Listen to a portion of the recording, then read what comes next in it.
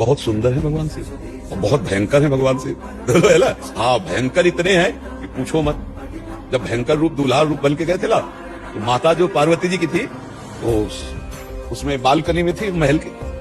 भाई बाराती में सबसे पहले भगवान की जो ही देखा, भगवान श्री हरि और पूरा परिकर, बोले जिसके बाराती ऐसे दूल्हा कैसा होगा। देवराज इंद्र पीछे, अरे फिर क्या, बहुत सुंदर बाराती, ब्रह्मा जी वेद मूर्तिमान।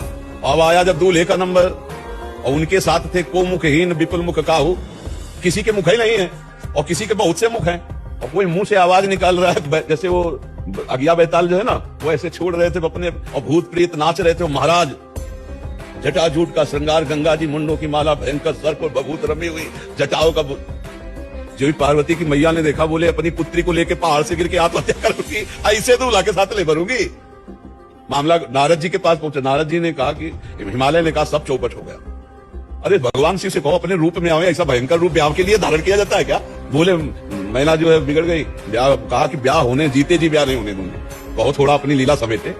भगवान ने जो रूप धारण किया, 16 वर्ष की अवस्था, हाथ में दर्पण, वो मुग्ध हो गई महिला। नारद जी ने कहा ये देखो शिव का रूप, ऐसा गौर वर्ण, कर्पूर गौरम करुणा अवतारम, साक्षात करुणा बपू है भगवान शिव। बहुत लाडले हैं, बहुत प्यारे हैं, बहुत भयंकर है।